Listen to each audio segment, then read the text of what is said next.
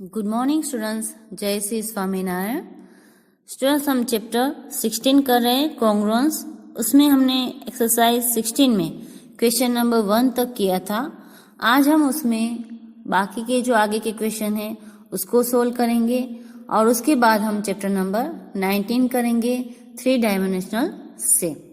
तो सबसे पहले अभी हम करते हैं एक्सरसाइज 16, उसमें हम करेंगे क्वेश्चन नंबर 2। Question 2.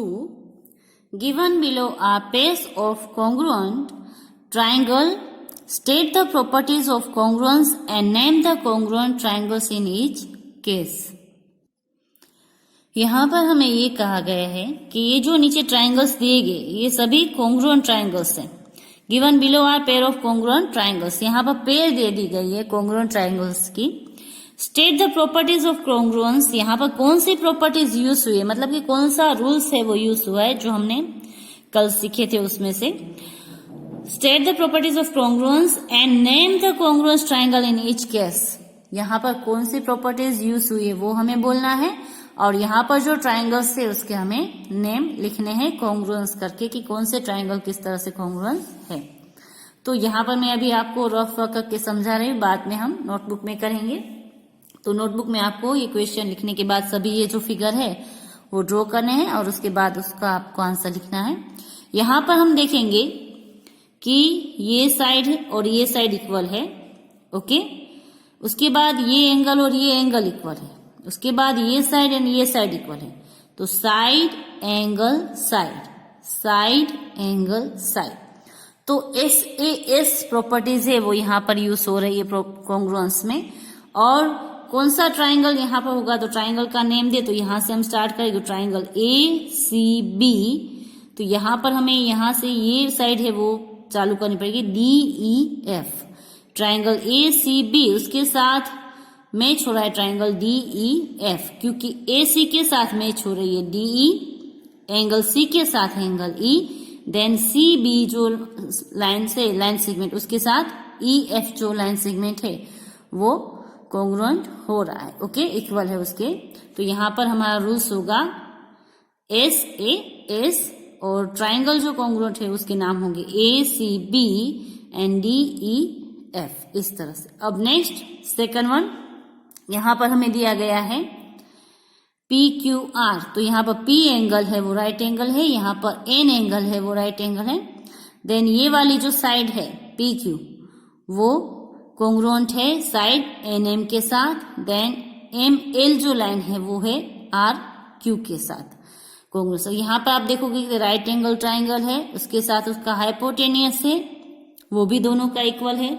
तो यहाँ पर RHS वाला जो प्रॉपर्टीज है वो यहाँ पर फॉलो होगी। RHS right angle hypotenuse and side, यहाँ पर वही होगी। अब ट्राइंगल का नाम देखिए, तो यहाँ पर हम ट्राइंगल ऐसे भी लिख सकते हैं RPQ, यहां से शुरू करें और ये राइट एंगल है तो RPQ, तो यहां से होगा LNM, ओके, LNM, क्योंकि यहां से यहां, इसके बाद ये और इसके बाद ये एंगल है वो हमारा उस तरह से आना चाहिए RPQ, तो ये बीच में आ रहा है तो यहाँ पर LNM, तो ये ट्राइंगल है वो कॉन्ग्रुएंस होंगे। उसके बाद नेक्स्ट वन, थर्ड वन, यहाँ पर है हमारा ट्राइंगल XYZ, यहाँ पर RST लिखो या तो TRS लिखो, जो भी लिखो। अब यहाँ पर कौन सी साइड किसके साथ हो रही है तो XY के साथ RNT। देन नेक्स्ट वन, ये हो रही है हमारी XZ, तो उसके साथ हो रही है RNS। यहाँ पर 2 है, यहाँ पर 2 है, तो कौन किस लाइन के साथ कौन सी हो रही है वो हमें देखना पड़ेगा। देन ZY के साथ हमारी हो रही है TNS। तो यहाँ पर तीनों साइड इक्वल है, तो S। फर्स्ट ये साइड, उसके बाद ये साइड है, उसके बाद ये साइड है वो हमारी इक्वल हो रही है। तो अगर हम इस तरह से लिखते हैं कि XYZ, तो XY, तो यहाँ से हमें चालू करना पड़ेगा TR, ओके। फिर XYZ है तो इसके बाद हमारी ये वाली लाइन आती है TRS, Y और Z के साथ है XYZ, ये तो यहाँ पर T फिर R, फिर इसके साथ हमें ये वाली लाइन लेनी पड़ेगी यहाँ पर हमारी लाइन आएगी एक्स वाई तो आर टी, फिर वाई के साथ अगर हम जेड ले रहे हैं ये वाली 3 वाली, तो यहाँ पर टी के साथ एस वाली, तो आर टी फिर एस आएगा। अगर हम इस तरह से करें एक्स वाई जेड तो हमारा आएगा आर टी एस, क्योंकि पहले ये लाइन उसके बाद ये लाइन और उसके बाद ये लाइन आएगी। तो यहाँ पर पहले ये और उसके बाद ये। और अगर आप ऐसे कर रहे हो एक्स जेड वाई तो यहाँ पर भी आप इस तरह से कर सकते हो कि आर एस टी। तो आप किस लाइन के साथ कौन सी लाइन है वो मैच हो रही है वो लिखने के बाद ही आप यहाँ पर जो ट्राइंगल है वो कॉन्ग्रुएंस कैसे हो रहा है वो आपको लिखना पड़ेगा। नेक्स्ट वन, फोर्थ वन, ये यहाँ पर ये एंगल सेम है और ये एंगल सेम है, एफ के साथ एम सेम है, ई के साथ एन सेम है, और दोनों की ये जो साइड है वो सेम है। तो angle side angle A S A जो प्रॉपर्टीज है वो यहाँ पर यूज होगी ए एस ए, और ये एंगल है ई तो यहाँ पर उसके साथ एन एंगल। अगर हम यहाँ पर लिखते ई एफ डी तो यहाँ पर हमें लिखना पड़ेगा एन एम पी। ओके, तो इस तरह से हमें लिखना पड़ेगा। और अगर आप ऐसे लिखते हो डी ई एफ तो हम यहाँ पर पी एन एम भी लिख सकते हैं। ओके, तो ट्राइंगल का नाम आप जैसे चाहो वैसे कॉन्ग्रुएंस में शो कर सकते हो। नेक्स्ट वन, फिफ्थ वन, जिसमें हमें यहाँ पर दिए गए हैं ये 50 का है, ये भी 50 का है, ये 70 का है और ये भी 70 का है। यहाँ पर 60 का एंगल है और यहाँ पर 60 का एंगल है। तो यहाँ पर जो अगर आप देखोगे तो तीनों जो एंगल है वो हमें सेम मेजरमेंट के दिए गए हैं। बट यहाँ पर कभी भी अगर तीनों एंगल मेजरमेंट में सेम है तो ये जरूरी नहीं कि वो ट्राइंगल कॉन्ग्रुएंस हो। बट यहाँ पर एक साइड है दोनों की, ये वाली ए सी, वो भी दोनों में सेम मेजरमेंट के, क्योंकि यहाँ पर भी वही आ रही है और इस ट्राइंगल में भी वही साइड आ रही है। तो यहाँ पर एंगल साइड एंगल ये वाला रूल्स हम लागू कर सकते हैं। दोनों का एंगल ए है वो सेम है, दोनों की साइड है ए सी वो भी सेम है, और दोनों का एंगल सी है वो भी सेम है। ओके, तो यहाँ पर जो हमारा ट्राइंगल बनेगा A C B and A C D, दो ट्राइंगल बन रहे हैं उसमें angle A and C same है दोनों में और ए सी साइड भी सेम है। तो यहाँ पर हम लिखेंगे कि A C B is congruent A C D. इस तरह से हम इसको लिख सकते हैं। अब मैं इसके आंसर लिख रही हूँ। ओके, तो आप लोग ये फिगर ड्रॉ करने के बाद उसके नीचे उसके आंसर लिखना। यहाँ पर हम आंसर में अब लिखेंगे in the given figure state the properties of congruence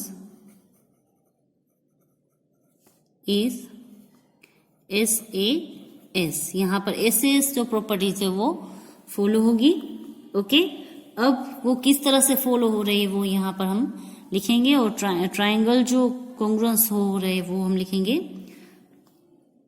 Thus triangle ACB is congruence triangle DEF।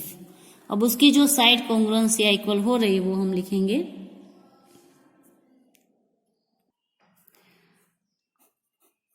here given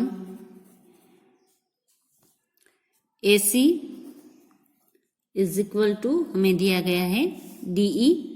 okay, उसके बाद हमें दिया है एंगल C, वो इक्वल टू है एंगल E के, और उसके बाद है साइड जो हमें दी है CB is equal to DEF। That's why यहाँ पर जो हमारा ट्राइंगल होगा वो AC is equal to DE है। तो AC is equal to DE हो गया हमारा। Angle C is equal to angle E, तो वो दोनों में बीच में आ गया। CB is equal to EF, तो CB is equal to EF। तो इसकी हमें प्लेस देखनी है कि यहाँ पर ये जो प्लेस है उसकी वो सही है। दैट्स वाई ये जो ट्राइंगल है वो कॉन्ग्रुएंस है। ओके, अब इसी तरह से हम सेकंड का आंसर लिखेंगे। यहाँ पर सेकंड जो फिगर था वो हमारा था RHS, यहाँ पर प्रॉपर्टीज यूज हो रही थी।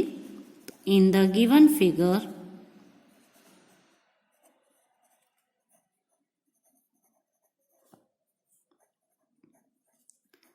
state the property of congruence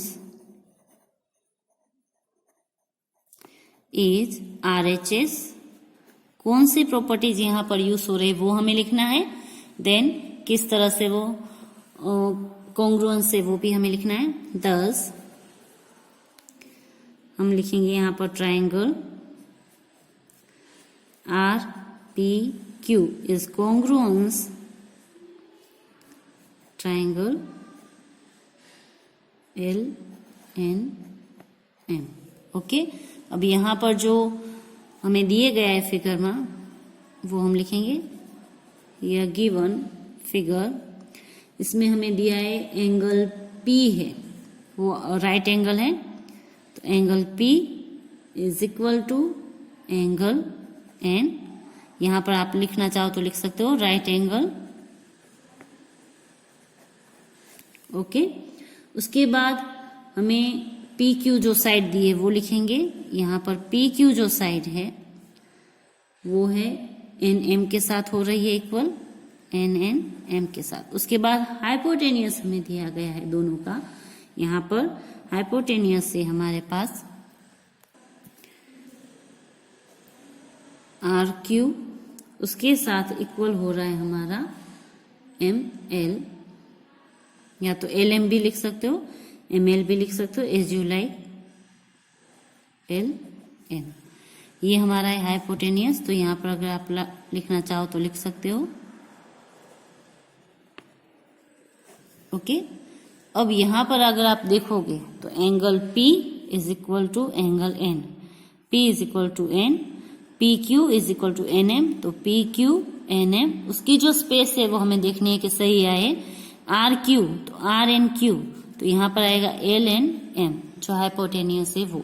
तो यहाँ पर जो हमारा रूल्स है वो RHS वाला है, वो फॉलो होगा। ओके, तो यहाँ पर प्रॉपर्टीज है वो RHS follow. Now answer 3। In the given figure,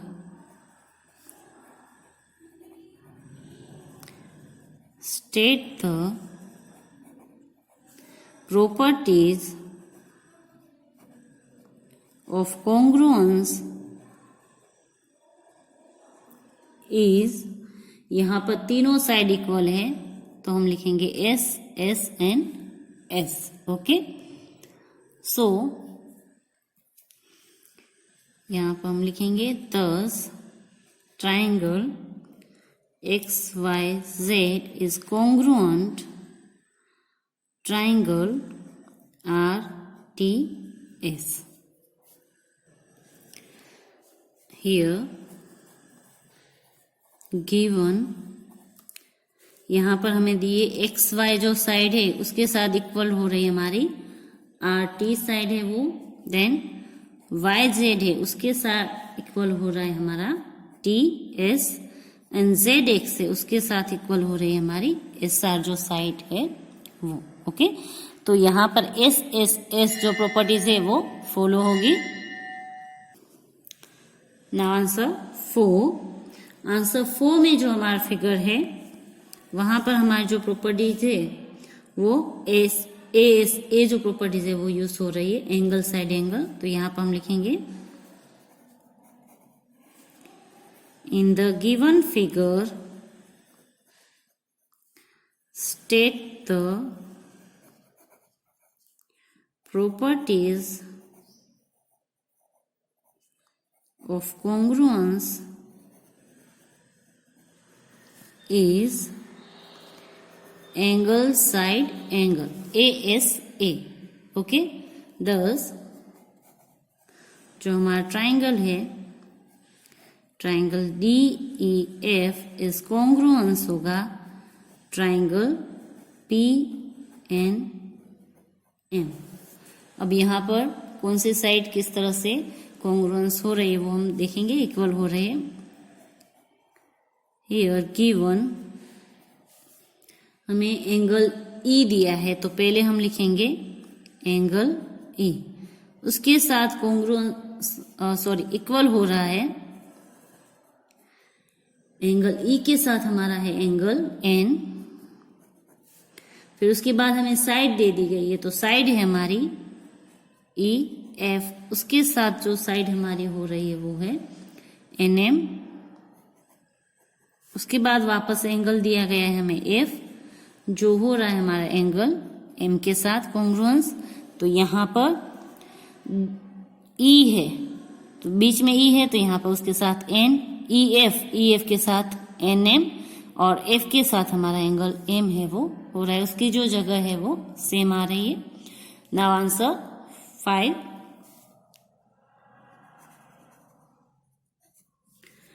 5 में जो हमारा फिगर है वहां पर भी हमारा एंगल साइड एंगल वाला जो प्रॉपर्टीज है वही यूज हो रही है, तो यहां पर भी हम वही लिखेंगे। In the given figure state the property of congruence is ASA। Okay, यहाँ पर यही प्रॉपर्टीज यूज हो रही है। अब यहाँ पर जो हमारा ट्राइंगल बन रहा है वो है दस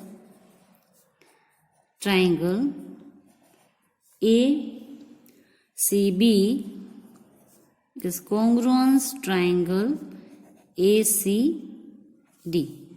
okay, in the given figure हमें यहाँ पर दिए गए हैं एंगल जो A है वो is equal to angle A ही है, दोनों में सेम है एंगल A। यहाँ पर लिखना है तो लिख सकते हैं 50 डिग्री। देन उसके बाद उसकी साइड है AC, तो AC is equal to AC, दोनों में सेम है। उसके बाद है angle B is equal to angle C जो हमें दिया है वो दोनों में सेम है। Angle C is equal to angle C जो हमें दिया है 60 डिग्री का।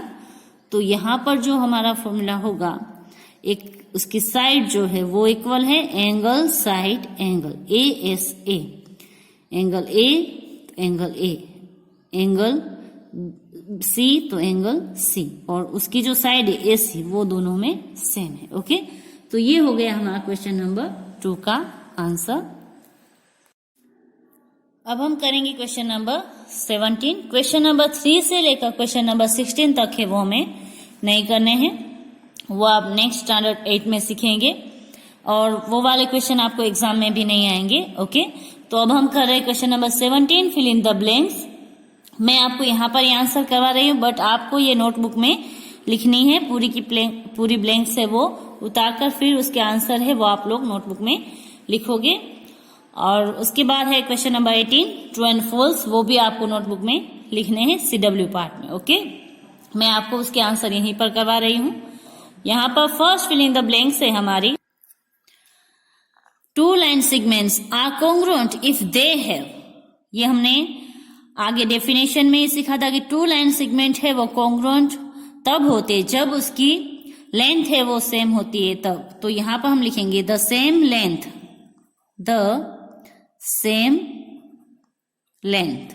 Okay, next, 2 angles are congruent if they have. 2 angles है वो कब कॉन्ग्रुएंट होते हैं, तो हमारा जो सेकंड पॉइंट था उसमें ही हमें बताया गया था कि अगर उसके जो मेजर है एंगल के वो सेम होते हैं तो the same major.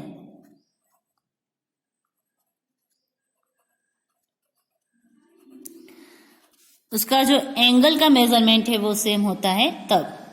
Next one जो थर्ड पॉइंट था हमारा आगे, उसमें था 2 squares are congruent if they have. तो स्क्वेयर का जो थर्ड पॉइंट था उसमें ही लिखा था, तो उसकी डेफिनेशन में था कि द सेम साइड लेंथ। तो यहां पर हम लिखेंगे द सेम साइड लेंथ, उसकी जो साइड की लेंथ होती है वो सेम होती है तब। फिर 2 circles are congruent if they have, ये हमारा 5th पॉइंट था, उसमें लिखा था द सेम रेडियस।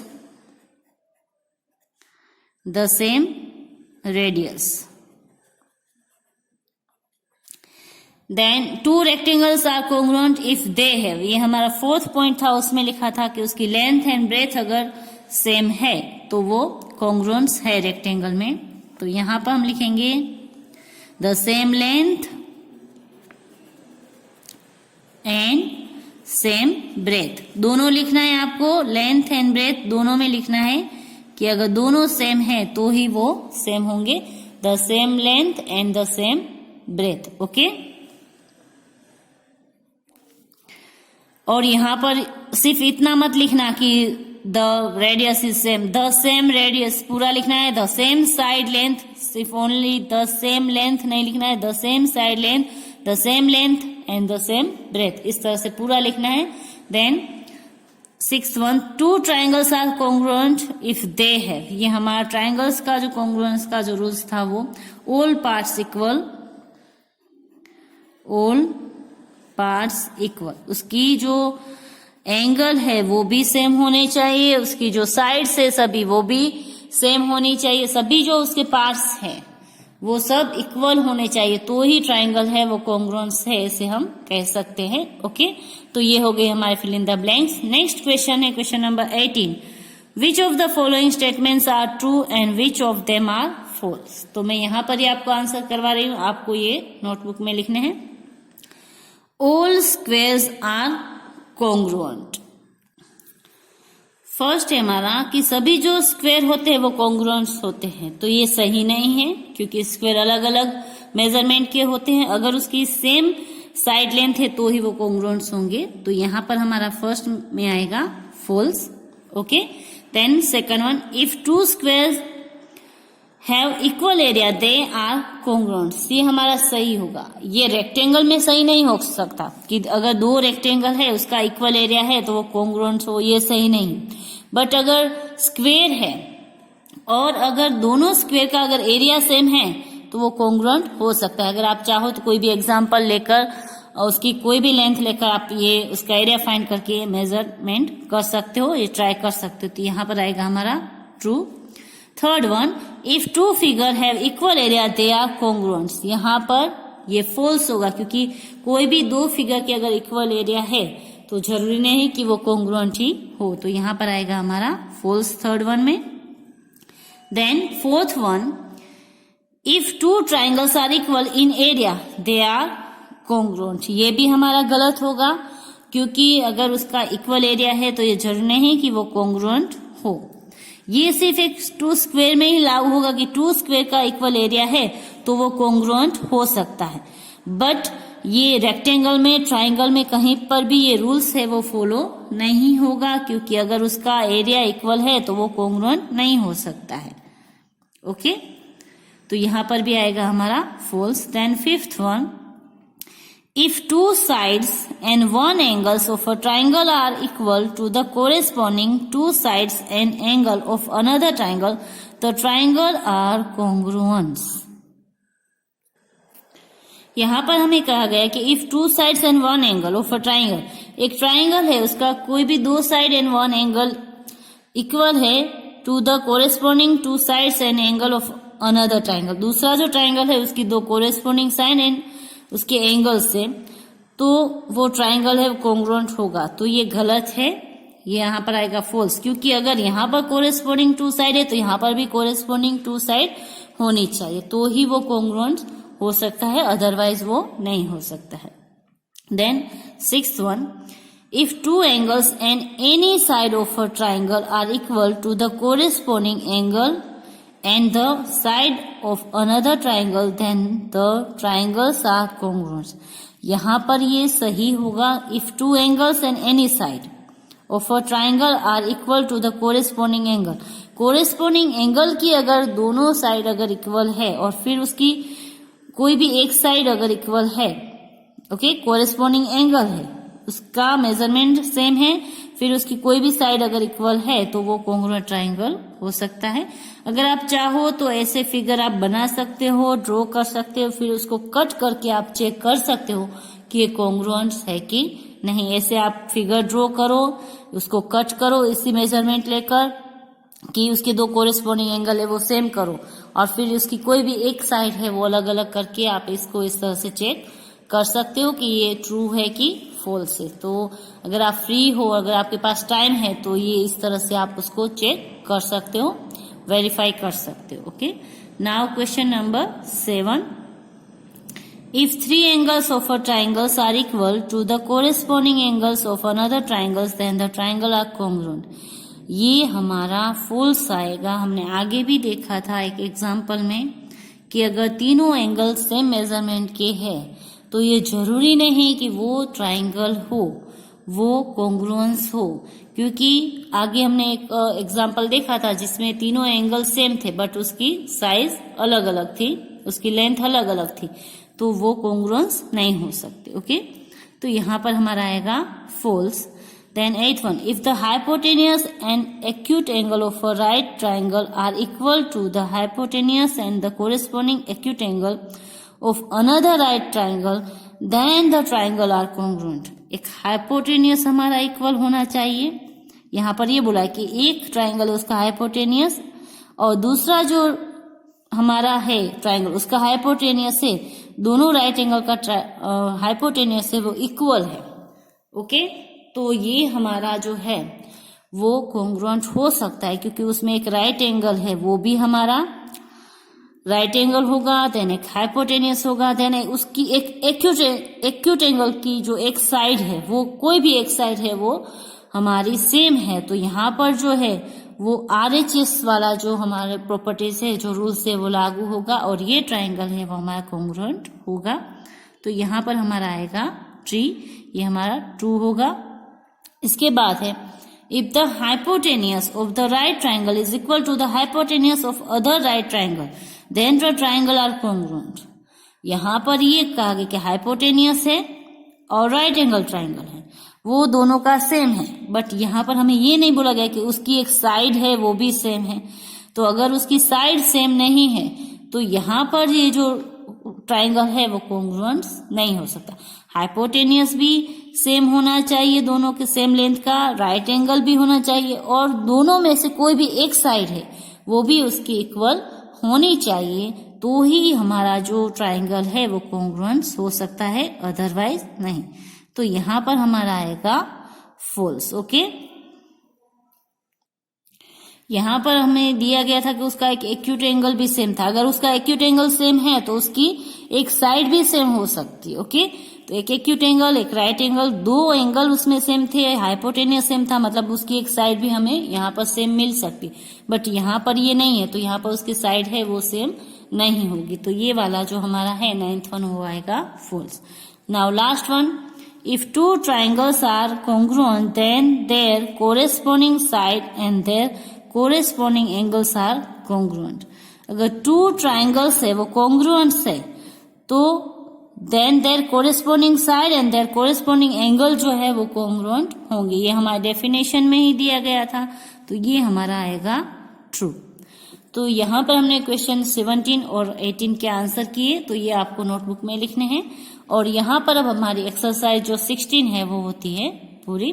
बस 16 चैप्टर में हम इतना ही करेंगे, क्वेश्चन नंबर 1, 2, क्वेश्चन नंबर 17 और 18, और इतने क्वेश्चन में से ही आपको एग्जाम में आएगा। उसके अलावा जो मैंने आगे आपको डेफिनेशन वगैरह करवाया है उसमें से ही आपको कुछ भी पूछा जाएगा। ओके, तो यहाँ पर हमारा चैप्टर नंबर 16 कंप्लीट।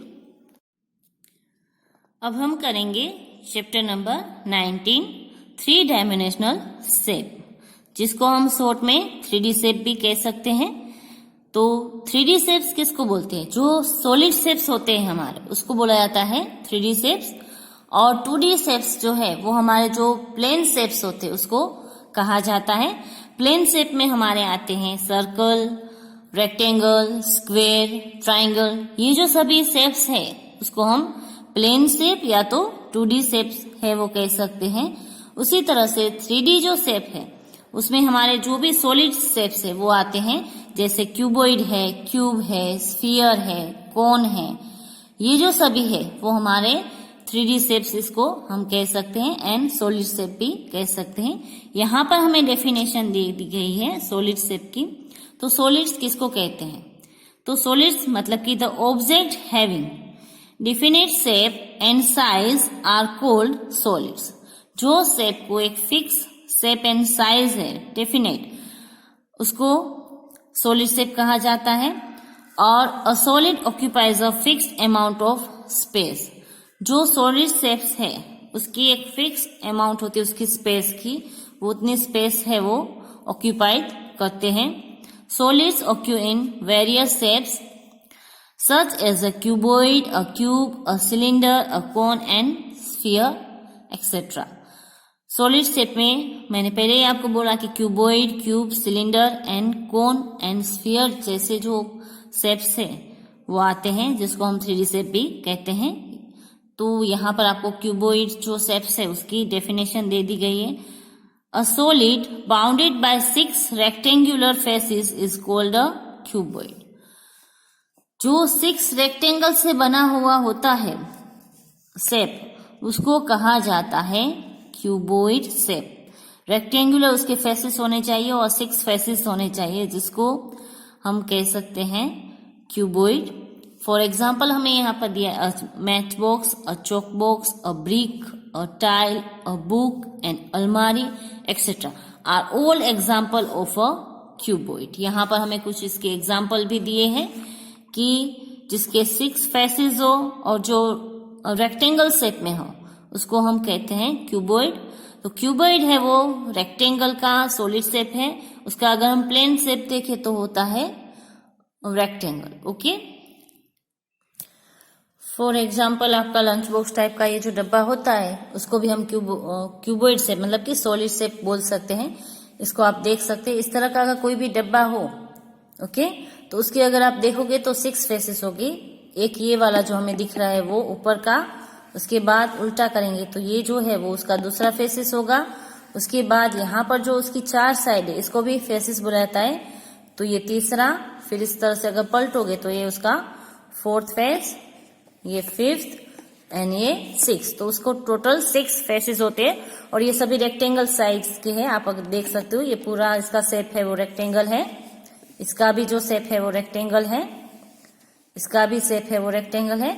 तो इस तरह से जो रेक्टेंगल 6 फेसेस का जो बना हो पूरा इस तरह से डब्बा, उसको कहा जाता है सॉलिड शेप, और वो सॉलिड शेप में होता है क्यूबॉइड। ओके, और क्यूबॉइड में इसके वर्टिक्स होते हैं, फेसेस होते हैं एंड एज होते हैं। तो फेसेस किसको बोलते हैं वो तो मैंने आपको बताया कि इसके 6 फेसेस होते हैं, तो ये जो सभी है उसके 6 फेस है। अब उसके एज किसको बोलते हैं, तो ये जो लाइन होती है वो होती है उसके एज। तो ऐसे अगर आप लाइन काउंट करेंगे 1, फिर यहाँ पर ऐसे 2, फिर यहाँ पर 3, ऐसे टोटल जो लाइन है वो 12 होगी। तो यहाँ पर इसमें जो सॉलिड शेप होता है क्यूबॉइड उसमें 12 एड्स होते हैं उसके, ऐसे पूरे 1, 2, 3 एंड 4, यहाँ पर 4 नीचे होगी और यहाँ पर ये जो साइड वाली है 5, यहाँ पर 6 और ये वाली भी होगी 7 एंड 8, 4 ऊपर 4 नीचे, तो 4 एंड 4 8 एंड 4 ये साइड में। तो टोटल जो इसके एड्स है वो होंगे 12। जो यहाँ पर हमें दिया ही है कि उसके फेसेस कितने होते हैं, तो 6 फेसेस होते हैं, देन एड्स कितने होते हैं, तो 12 एड्स होते हैं। ओके, क्यूबॉइड हैज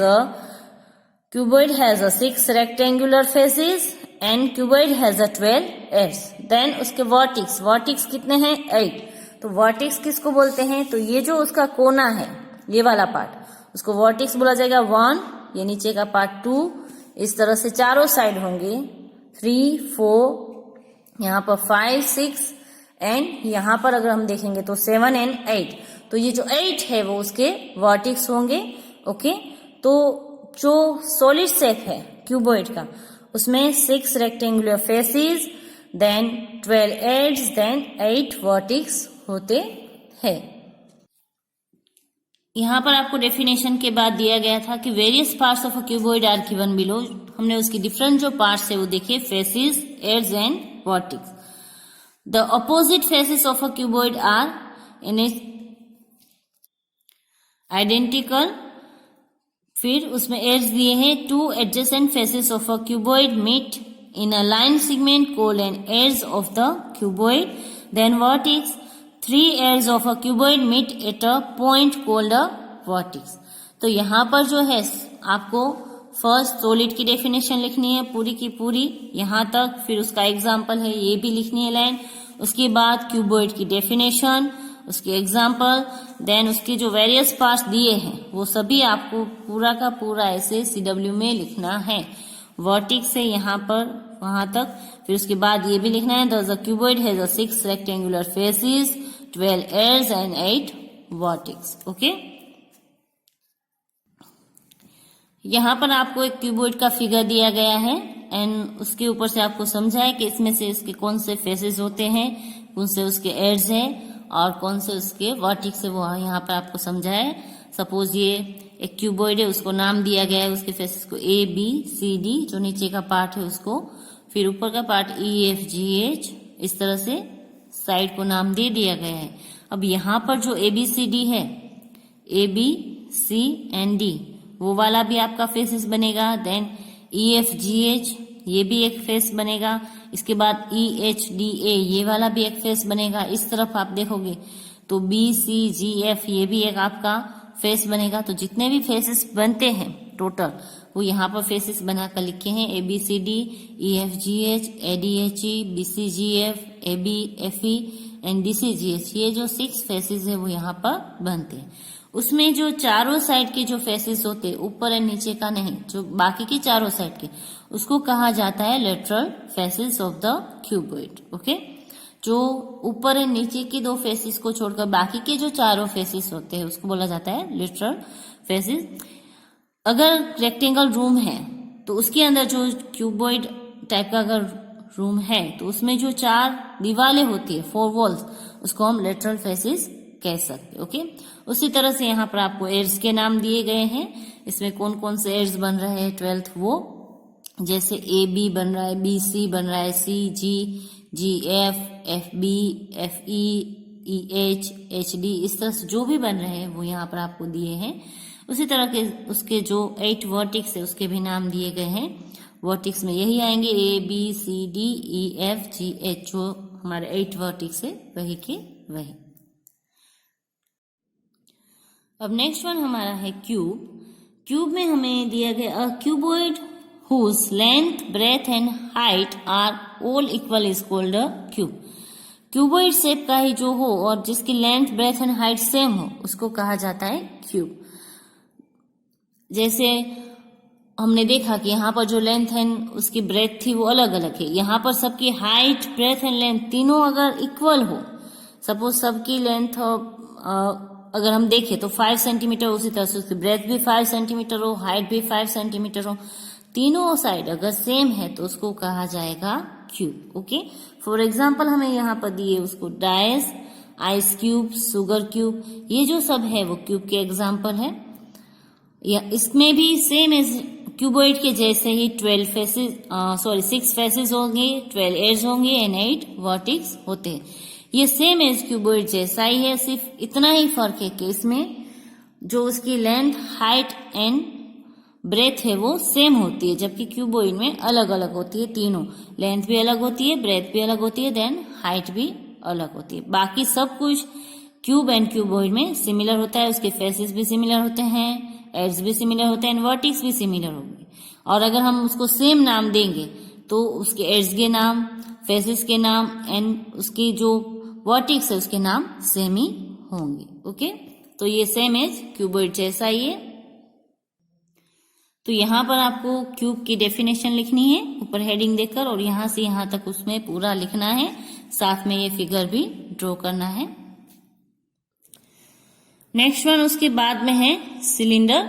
सिलेंडर किसको कहते हैं? तो solid like circular pillar, circular pipe, circular pencil, measuring jars, rod, roller and gas cylinder etcetera are said to be in cylinder shape. जो भी इस तरह से शेप में होते हैं, फॉर एग्जाम्पल हमें दिया है कि पिलर हमारे घर पर होता है, हमने कहीं बहुत सारी जगह पर ऐसे देखा हो। सर्कुलर पाइप जो हम घर पर लगाते हैं, पानी का जो पाइप होता है, गटर पाइप्स होते हैं, दूसरे भी कई तरह के पाइप्स होते हैं। ये जो सर्कुलर पाइप्स है उसको कहा जाएगा सिलेंडर। उसके अलावा सर्कुलर पेंसिल है हमारी वो, फिर मेजरिंग जो जार्स होते हैं जिससे हम दूध वगैरह मेजर करते हैं लीटर में, या वो भी सिलेंडर शेप में होता है। रोड रोलर होता है वो भी सिलेंडर शेप में होता है।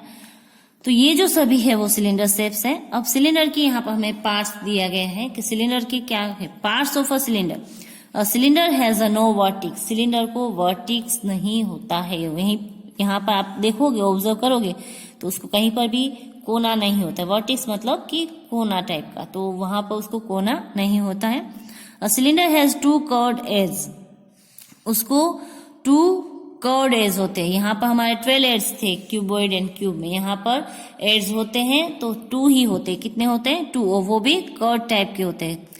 A cylinder has 1 curve face and 2 flat faces, उसको 1 कर्व फेस होता है एंड 2 फ्लैट फेसेस होते हैं। ये पूरा जो है वो उसका 1 फेसेस होता है, देन ये जो 2 है यहाँ पर जो होंगे वो उसके फ्लैट फेसेस होंगे 1 एंड 2। ओके, और ये जो एक है वो कर्व फेसेस उसका होता है, और उसके जो एड्स है वो यहाँ पर जो होते हैं ये वाली किनारे, उसको एड्स बोलते हैं, जो कर्व टाइप के हैं, और वो 2 होते हैं। ओके, यहाँ पर हमें दिया ही है कर्व एज 2, यहाँ पर कर्व एज 1, ये वाला पोर्शन है वो, और बीच का जो पोर्शन है वो उसके फेसेस होंगे। तो ये हो गया सिलेंडर का। नेक्स्ट वन हमारा पॉइंट है कोन। यहाँ पर भी आपको ये पूरा डेफिनेशन लिखकर, ये पॉइंट लिखकर ये फिगर ड्रॉ करना है। देन नेक्स्ट वन है कोन। कोन में है object such as ice cream cone, a conical tent, a conical vessel, a clown cap etcetera are in the shape of a cone. ये कोन है वो देखने जाए तो जो ट्राइंगल प्लेन शेप है उसका 3D शेप होता है। ओके, और ये जो है वो हमने देखे ही होते कोन, आइसक्रीम का जो कोन होता है वो, फिर जो जोकर होता है उसकी जो कैप होती है, या तो आप बर्थडे में जो कैप पहनते हैं वो भी इस शेप की होती है। तो ये जो सभी है वो कोन शेप उसको हम कह सकते हैं। अब parts of a cone has a 1 vertex, cone को 1 वर्टिक्स होता है जो यहाँ पर होता है। Okay, a cone has a 1 curved as, उसको ये 1 कर्व्ड एज होता है यहाँ पर जो हमने देखा उस तरह से पूरा। A cone has a 1 curved face and 1 flat faces, यहाँ पर उसको जो ये पूरा फेसेस है वो कर्व्ड उसका होता है, और यहाँ पर जो एक है उसका फ्लैट फेसेस होता है। अगर हम इसको क्लोज करें तो उसका एक जो है वो फ्लैट फेस भी होता है। तो a cone has a 1 curved face and 1 flat face, a cone has a 1 curved edge and cone has a 1 vertex. तो ये भी डेफिनेशन लिखनी है, उसके साथ आपको ये फिगर ड्रॉ करना है। उसके बाद है स्फीयर। स्फीयर है वो जो सर्कल होता है उसका सॉलिड शेप है। ओके, 3D शेप्स है। An object which is in the shape of a ball is said to have the shape of a sphere. जैसे बॉल है, लड्डू है, ये जो सभी है एग्जाम्पल वो स्फीयर के हैं, जिसको आप पकड़ सकते हो, जिससे खेल सकते हो। ओके, तो ये सभी स्फीयर के एग्जाम्पल है। A part of a sphere has a no vertex, इसमें कहीं पर भी वर्टिक्स नहीं होता है। याद रखना है सिलेंडर एंड स्फीयर में कहीं पर भी वर्टिक्स नहीं आता है, बाकी सभी में वर्टिक्स है। A sphere has a no edges, इसमें तो एड्स भी नहीं है। A sphere has a curved surface, इसमें एक ही सरफेस होता है जो कर्व्ड होता है, बाकी इसमें ना तो एड्स है और ना तो वर्टिक्स है। ओके, तो यहाँ पर इसकी डेफिनेशन लिखने के बाद आपको ये पॉइंट लिखने हैं और ये फिगर भी ड्रॉ करना है। ये सब लिखने के बाद सभी डेफिनेशन और ये जो सभी फिगर है वो ड्रॉ करने के बाद पेज नंबर 223 पर एक आपको समरी दे दी गई है। ये पूरा का पूरा बॉक्स आपको जो है वो लिखना है। इसी तरह से यहाँ पर जो सॉलिड शेप्स है उसके नाम लिखे हैं जो हमने अभी एक्सप्लेन किए, मैंने अभी आपको वो cuboid, cube, cylinder, cone and sphere, उसमें कितने फेसेस होते हैं वो यहाँ पर लिखा है। क्यूबॉइड में 6 फेसेस होते हैं, क्यूब में भी 6, सिलेंडर में 3, कोन में 2 एंड स्फीयर में 1। उसी तरह से इसमें कितने वर्टिक्स होते हैं, नंबर ऑफ वर्टिक्स यहाँ पर 8, क्यूबॉइड में, क्यूब में भी 8, सिलेंडर में एक भी वर्टिक्स नहीं होता है, देन स्फीयर में भी नहीं होता, मैंने अभी वो आपको समझाया। देन कोन में 1 वर्टिक्स होता है। उसी तरह से यहाँ पर एड्स दिए गए हैं, क्यूबॉइड में 12, क्यूब में 12, सिलेंडर में 2, कोन में 1 और यहाँ पर कुछ भी नहीं होता है स्फीयर में। ओके, तो ये आपको पूरी की पूरी जो समरी है वो इसी तरह से पूरी ऐसी बुक्स बनाकर CW में लिखनी है। अब हम करेंगे एक्सरसाइज 19 जो पेज नंबर 224 पर है। उसमें फर्स्ट क्वेश्चन है fill in the blanks. First blanks उसमें है a cuboid has a blank rectangular faces, blank edges and blank vertices. तो अभी हमने यहाँ पर सीखा कि उसके फेसेस कितने होते हैं, तो 6, एड्स कितने होते हैं, तो 12, and vertices 8. Cuboid has a 6 rectangular faces, 12 edges and 8 vertices. Same है जैसे ही क्यूब में होता है. उसके बाद नेक्स्ट है हमारा question, a cylinder has a blank curved face and flat faces. Cylinder को कितने कर्व्ड फेसेस होते हैं, तो 1 होता है, और 2 उसके फ्लैट फेसेस होते हैं. उसके बाद cone has a 1 face, 1 blank face and 1 blank face. उसके कितने कितने फेसेस होते हैं वो हमें यहाँ पर लिखा है. तो 1 उसका कर्व्ड फेस होता है एंड 1 कर्व्ड.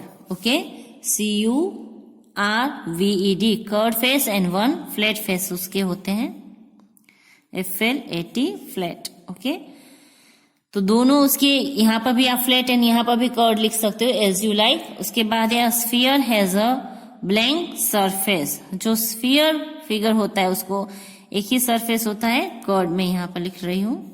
ओके, और आपको ये जो एक्सरसाइज है वो पूरी नोटबुक में करनी है. जो मैंने आपको अभी डेफिनेशन वगैरह बोली वो हो जाए, उसके बाद न्यू पेज पर आप एक्सरसाइज 19 करोगे, टेक्स्ट बुक में आपको नहीं करनी. Okay, now next question number 2. Write true for true and F for false. Write T for true and F for false. यहाँ पर हमें T एंड F लिखने हैं. ये भी आपको नोटबुक में करना है. A cylinder has no vertices. Cylinder को वर्टिक्स नहीं होता है, तो ये सही है कि उसको वर्टिक्स नहीं होता है, तो यहाँ पर हम करेंगे true.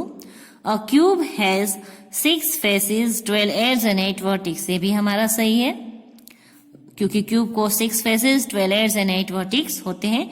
A cone has 1 vertices. ये भी सही है, कोन को 1 वर्टिक्स ही होता है. A sphere has 1 edges. ये गलत है. स्फीयर को सिर्फ ओनली 1 कर्व्ड सरफेस होता है, उसके अलावा ना तो उसके एड्स हैं और ना ही उसके वर्टिक्स है, तो ये हमारा आएगा गलत, false. A sphere has a curved surface. ये हमारा सही है. अभी हमने यहाँ पर ब्लैंक्स में लिखा sphere has a curved surface, तो ये आएगा हमारा ट्रू. ओके, तो इस तरह से हमने क्वेश्चन 1 एंड 2 की एक्सरसाइज 19 के. Now question number 3. Right 5 example of each one of a cone, a sphere, a cuboid and a cylinder. यहां पर आपको सभी के एग्जाम्पल लिखने हैं 5. ओके, कोन के, स्फीयर के, क्यूबॉइड के एंड सिलेंडर. इस शेप में जो भी थिंग्स होती है उसके आपको 5 एग्जाम्पल लिखने हैं. तो ये जो है क्वेश्चन नंबर 3 वो आपको होमवर्क में करना है कि कौन शेप के कौन से 5 होते हैं एग्जाम्पल, वो लिखने हैं. स्फीयर के, ओके, एंड क्यूबॉइड के एंड सिलेंडर के, सभी के 5 कुछ एग्जाम्पल तो आपको टेक्स्ट बुक में से मिल जाएंगे, बाकी के आप सर्च करके या तो फाइंड करके आप लोगों को खुद लिखना है. ओके, तो बस आज के लिए हम इतना ही करेंगे. यहाँ पर हमारी एक्सरसाइज 19 एंड चैप्टर 19 भी खत्म हो रहा है. तो आज हमने यहाँ पर 2 चैप्टर किए complete, chapter number 16 and chapter number 19. Okay, तो अब आप लोग अपना होमवर्क नोट कर लीजिए. तो आपको होमवर्क में टेस्ट पेपर 7 जो पेज नंबर 118 पर दिया गया है उसमें से क्वेश्चन जो सेक्शन ए है उसमें क्वेश्चन 1, 2, 3, 4, 5, 6, 7, 8 करने हैं. देन 9 एंड 10 नहीं करना है. उसके बाद बी है, उसमें क्वेश्चन 11, 12, 13 एंड 14 तक आपको करना है, बाकी के नहीं करने हैं. और उसका क्वेश्चन सी एंड डी है वो पूरे के पूरे करने हैं, जो ट्रू एंड फॉल्स से and fill in the blank से. हो सके तो विथ सॉल्यूशन ही आप ये करना, तो आपको समझ में आएगा. उसके बाद चैप्टर 19 उसकी एक्सरसाइज 19 जो हमने अभी किया उसका क्वेश्चन नंबर 3 है, उतना आपको होमवर्क में करना है. बस आज के लिए इतना ही. अब न्यू चैप्टर है वो हम बाद में स्टार्ट करेंगे. Have a good day, stay home, stay safe. Thank you.